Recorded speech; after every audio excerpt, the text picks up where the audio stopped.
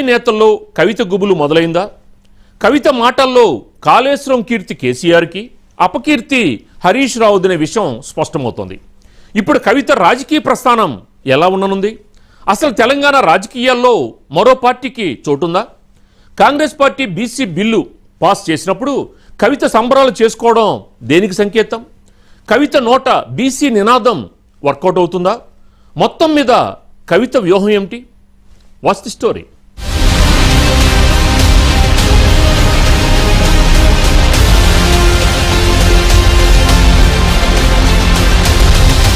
తెలంగాణలో BRS party KCR కుటుంబ రాజకీయ పరిణామాలు శరవేగంగా మారిపోతున్నాయి. ట్విస్టుల మీద ట్విస్టులతో సస్పెన్స్ థ్రిల్లర్ ను తలపిస్తున్నాయి. పార్టీ వ్యవహారాల మీద కవిత వ్యాఖ్యలు, కీలక నాయకులు హరీష్ రావు, సంతోష్ రావు మీద తీవ్రస్థాయి ఆరోపణలు, పార్టీ నుంచి కవిత సస్పెన్షన్ తర్వాత ఆమె రాజీనామా, ఇలా రకరకాల పరిణామాలతో ఇప్పటికే పొలిటికల్ టెంపరేచర్ ఓ రేంజ్ లో పెరిగిపోయింది. అయితే ఇన్ని రోజులు ఈ మొత్తం ఎపిసోడ్ లో కవిత మాటే గట్టిగా వినిపించింది. ఆమె ఏం మాట్లాడినా అడపా దడపా తప్ప బీఆర్ఎస్ వైపు నుంచి పెద్దగా రియాక్షన్స్ రాలేదు. నిన్న మొన్నటి దాకా గులాబీ వ్యవహారాల్లో కీలకంగా ఉన్న నాయకురాలు, పైగా అధినేత కుమార్తె, ఎమ్మెల్సీ హోదా, ఇలా రకరకాల లెక్కలేసుకుంటూ సంయమనం పాటించాయి బీఆర్ఎస్ శ్రేణులు. మామూలుగా ఇదే పరిస్థితిలో వేరే నాయకులు ఎవరున్నా ఆ రివర్స్ అటాక్ వేరే లెవెల్లో ఉండేది. కానీ కేసీఆర్ కుమార్తె కావడంతో నాయకులు ఎవరు తొందరపడలేదు. ఒకానొక సందర్భంలో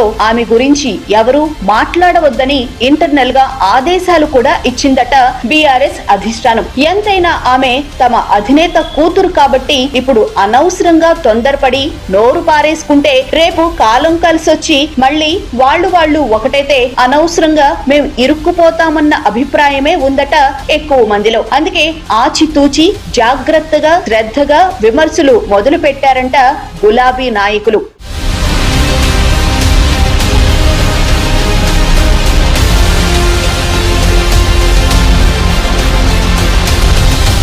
మరోపక్క బీఆర్ఎస్ పార్టీ అధికారంలో ఉన్నప్పుడు ఎవరు ఏ అవినీతి చేశారనేది కవితకు తెలుసు అనే ప్రచారం జరుగుతున్నది. పార్టీ నుంచి సస్పెండ్ కు గురైన తర్వాత బీఆర్ఎస్ నేతలు చేసిన తప్పిదాలను కవిత వెల్లడిస్తుంది. పార్టీని అడ్డం పెట్టుకుని ఎవరు ఏం చేశారనేది బయట పెడుతుండటంతో ఎప్పుడు ఎవరి పేరు మీడియా ముందు చెబుతుందోనని జంకుతున్నారట నేతలు. కాళేశ్వరం ప్రాజెక్టుపై సిబిఐ విచారణకు ప్రభుత్వం కోరడంతో కవిత విమర్శలకు పదును పెట్టింది. తెలంగాణ కోసం కృషి చేసిన కేసీఆర్ పై అవినీతి మరకకు కారణం హరీష్ రావు, సంతోష్ రావు అని విమర్శలు చేసింది. అంతటితో ఆగకుండా పార్టీకి రాజీనామా చేయడంతో పాటు ఇద్దరు ఎమ్మెల్సీల పేర్లను తెర మీదకు తెచ్చింది. వారు సంతోష్ రావుతో కలిసి చేసిన బిజినెస్ లు, లావాదేవీలను బయటపెట్టింది. దీంతో కవిత రాబోయే రోజుల్లో మరింత విమర్శలకు పదును పెట్టబోతున్నట్లు సమాచారం. అయితే ఇంకా ఎవరి పేర్లు బయట పెడుతుంది, ఆమె లిస్టులో ఎవరెవరు ఉన్నారనేది కూడా రాజకీయ వర్గాల్లో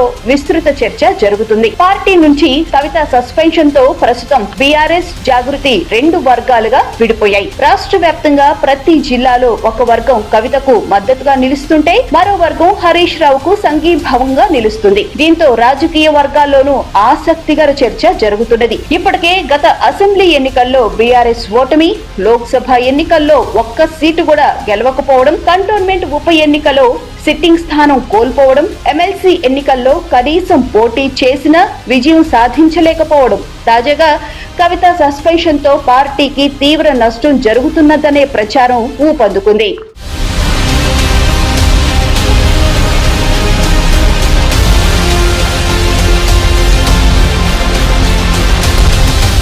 ఎమ్మెల్సీకి ప్రాథమిక సభ్యత్వానికి రాజీనామా చేసిన కవిత జై కేసీఆర్ నినాదం అందుకున్నారు. మీడియా సమావేశంలోనూ జై జాగృతి, జై కేసీఆర్ అంటూ నినదించారు. అంతేకాదు జాగృతి సంస్థ బ్యానర్లపై కేసీఆర్ ఫోటో ఉంటుందని స్పష్టం చేశారు. కవిత ఈ నినాదాన్ని కాకతాళీయంగా చేసింది కాదని, జై కేసీఆర్ అని పార్టీ నుంచి సస్పెండ్ అయినా కూడా నినదించడం ద్వారా బీఆర్ఎస్ లోని అసంతృప్తి వర్గాన్ని తన వైపు తిప్పుకునేందుకు ఆమె వ్యూహాత్మక అడుగులు వేస్తున్నట్లు కనిపిస్తోంది. కేసీఆర్ పై గౌరవం ప్రదర్శించడం ద్వారా ఇప్పటికే క్షేత్రస్థాయిలో బీఆర్ఎస్ ఎమ్మెల్యేలు, నియోజకవర్గ ఇన్ఛార్జీలు, సీనియర్లపై అసంతృప్తితో ఉన్న క్యాడర్ లో తనపై సానుభూతి పెరిగి ఖచ్చితంగా తనకు అండగా నిలుస్తారని కవిత భావిస్తున్నట్లు తెలుస్తోంది. అందులో భాగంగానే వ్యూహాత్మకంగా జై కేసీఆర్ నినాదాన్ని ఎత్తుకున్నట్టుగా తెలుస్తోంది. బీఆర్ఎస్ పార్టీలో నెలకొన్న రాజకీయ సంక్షోభం, కవిత వ్యూహాత్మక అడుగులు, జూబ్లీహిల్స్ ఉప ఎన్నికతో పాటు స్థానిక సంస్థల ఎన్నికల్లో బీఆర్ఎస్ ను తీవ్రంగా దెబ్బతీస్తాయని రాజకీయ విశ్లేషకులు అభిప్రాయపడుతున్నారు. ఈ నెల 21 నుంచి బతుకమ్మ సంబురాలు ప్రారంభమవుతున్నాయి. 9 రోజుల పాటు జరగనున్నాయి. అయితే ఈసారి కూడా బతుకమ్మ సంబురాలను జాగృతి సంస్థ తరపున నిర్వహించడంతో పాటు ఉమ్మడి జిల్లాల్లో పాల్గొనేందుకు ప్లాన్ రూపొందిస్తున్నట్లు సమాచారం.